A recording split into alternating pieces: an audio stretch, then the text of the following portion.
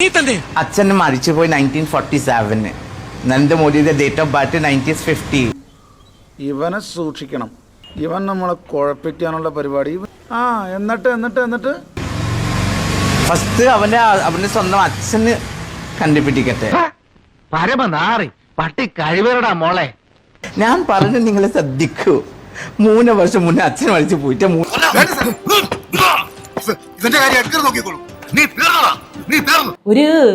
ഒരു അയൽവക്കക്കാർ തമ്മിൽ പ്രശ്നം ഉണ്ടാകുമ്പോൾ പോലും നമ്മൾ സംസാരിക്കാത്ത ഭാഷ, മുഖം കണ്ടാ അറിയാൻ പേടിച്ചോളാണെന്ന് ഓരും പെട്രോള്.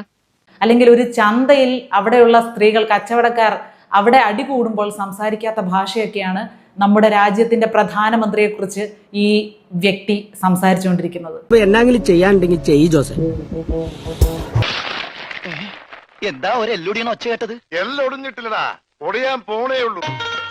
അവർ പറഞ്ഞു വെച്ചത് എന്താണെന്ന് ചോദിച്ചു കഴിഞ്ഞാൽ 1947 നരേന്ദ്രമോദിയുടെ അച്ഛൻ മരിക്കുന്നു.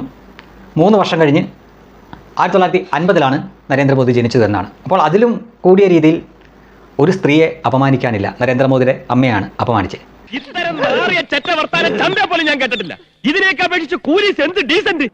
അല്ലെങ്കിൽ ലോകത്ത് ആർക്കാണെങ്കിലും ഒരു വിവരം അറിയാൻ എളുപ്പമാണ്. നരേന്ദ്രമോദിയുടെ അച്ഛൻ, ഇന്ത്യൻ പ്രധാനമന്ത്രിയുടെ അച്ഛൻ എപ്പോഴാണ് മരിച്ചതെന്ന് നെറ്റിൽ നോക്കിയാൽ നമുക്ക് കിട്ടുന്ന ഉത്തരം 1989 അതായത് മോദി ജനിച്ചു കഴിഞ്ഞ് പിന്നെയും 39 വർഷം കഴിഞ്ഞ്. അവർ പറഞ്ഞു വെച്ചത് നോക്കുക. 1989 മരിച്ച നരേന്ദ്രമോദിയുടെ അച്ഛനെ അവർ 1947 കൊന്നു. അതിനുശേഷം പിതാവില്ലാതെ ജനിച്ചതാണോ നരേന്ദ്രമോദി എന്നാണ് അവർ പറഞ്ഞത്. 3 വർഷം മുന്നേ അച്ഛൻ മരിച്ചു പോയിട്ട് 3 വർഷം കഴിഞ്ഞിട്ട് എന്റെ ജനിച്ചു പറഞ്ഞില്ലേ. പിന്നെ അമ്മക്ക് കാല് വാശിന്റെ വെള്ളം കുടിക്കണം. ഈ നാട്ടം കാണിക്കാൻ എന്റെ ആവശ്യം. ആൾക്ക് വിവരമില്ല. എന്നിട്ട് ഹായ് ഫ്രണ്ട്സ്, ആരാക്കലവന്റെ ഫ്രണ്ട് രാത്രി വന്നിട്ട് ഹായ് ഫ്രണ്ട്സു. പിന്നെ ഇവിടെ തമ്പാക്കു ഇങ്ങനെ അടിക്കുന്ന തമ്പാക്കു ഉണ്ടല്ലേ, ഇങ്ങനെ കയറുന്നു. ആ തമ്പാക്കു അടിച്ചിട്ട് ഹായ് ഫ്രണ്ട്. എത്ര വലിയ അശ്ലീലമാണ് ഇവർ ഈ പറയുന്നതെന്നറിയാമോ? അപ്പൊ ഹലോ ഫ്രണ്ട്സ്, ആരാ ഈ കിളവന്റെ ഫ്രണ്ട്സ് എന്ന്? ഇവർക്ക് ഇങ്ങനെ നിന്ന് സംസാരിക്കാൻ എന്ത് ധൈര്യമാണ്? എന്ത് ധൈര്യമാണ്? ഈ ധൈര്യം കൊടുത്തത് നമ്മുടെ നാട് തന്നെയാണ്. നമ്മുടെ നാടിന്റെ പ്രശ്നമാണ് ഇവർ ഇങ്ങനെ സംസാരിക്കാൻ കാരണം. 100% ഞാൻ യോജിക്കുന്നു. Touch me all over India transgender will come. മത് സംജോ, മത് കരോ. അത് നമ്മളെ പേടിക്കില്ല മാത്രം. എനിക്ക് അവിടെ തരത്തില്ല, ഞാൻ 3 തരും, അത്രേ ഉള്ളൂ. പോലീസ് ആയിക്കോട്ടെ. എടോ, അപ്പനെന്ന് പേരുള്ള തേർഡ് റേറ്റ് ചെറ്റെ, താൻ ആരാടോ? നാട്ടുരാജാവോ? തന്റെ ഈ കളരിയും മർമ്മവിദ്യയും തരികട നമ്പറുമെല്ലാം ചെലവാവും ഇവിടുത്തെ പാവം ജനങ്ങളുടെ അടുത്ത്.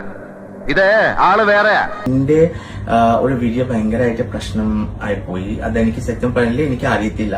ഞാനൊരു കോണ്ടന്റ് അവിടെ നോർത്ത് ഇന്ത്യയിലെ ഡൽഹിയിലെ, ഇത് നമ്മളുടെ ഇവിടെ തന്നെയല്ല, ഡൽഹിയിലെ ഒരു കോണ്ടന്റ് കണ്ടിട്ട് ഞാൻ എനിക്ക് മീഡിയ ചോദിക്കുന്ന ടൈമിൽ അത് പെട്ടെന്ന് നമ്മൾ സംസാരിച്ചിട്ട് ഞാൻ വീഡിയോയുടെ കാര്യം ഞാൻ പറഞ്ഞു. വാക്കിന് നേരും നെറിയുമില്ലാത്ത കള്ളപ്പരിശ.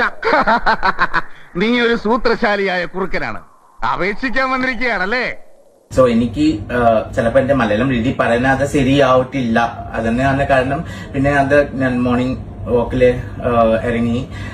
സോ എനിക്ക് കുറെ ത്രെറ്റനിങ് കോൾ മോർണിംഗ് മുതൽ വന്ന് തുടങ്ങുന്നത് എനിക്ക് കാര്യം മനസ്സിലായിട്ടില്ല. അതൊക്കെ എനിക്ക് കുറെ മെസ്സേജസ് വന്ന് ഞാൻ ഓപ്പൺ ചെയ്ത് കണ്ടിട്ട് എന്റെ കുറെ ഫാൻസ് എന്നെ വിളിച്ചിട്ട് പറഞ്ഞു, ജാൻബ ഇങ്ങനെയാണ്, ഇത് ശരിയില്ലാത്തതാണ്, ഇത് ഭയങ്കര പ്രശ്നമാണ് പറഞ്ഞിട്ട് ഞാൻ അപ്പൊ തന്നെ അത് വീഡിയോ ഞാൻ കൊടുക്കുന്ന ആൾക്കാരൊക്കെ വിളിച്ചിട്ട് ഞാൻ അത് മൊത്തം ഇതിലാക്കാൻ